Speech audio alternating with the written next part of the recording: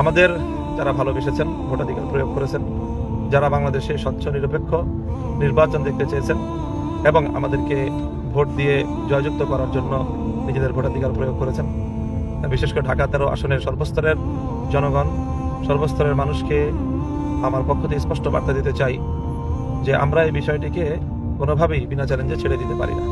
এটি আমাদের দেশ, জাতি এবং রাজনীতির যে গণতান্ত্রিক অগ্রযাত্রা, সেটাকে অব্যাহত রাখার স্বার্থেই, নিষ্কলুষ রাখার স্বার্থেই এই বিষয়গুলিকে ইগনোর করা কোনোভাবেই সম্ভব না।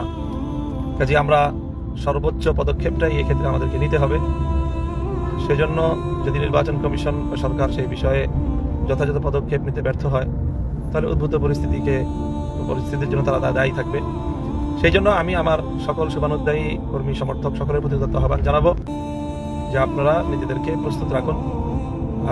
যে কোনো পরিস্থিতি আসবে, প্রয়োজনে যদি আমাদেরকে কোনো কঠোর পদক্ষেপের দিকে যেতে হয়, ইনশাল্লাহ আমরা সেই কঠোর পদক্ষেপ নিতেও কুণ্ঠিত হব না। এটা আমাদের প্রত্যয়, এটাই আমাদের মনোভাব।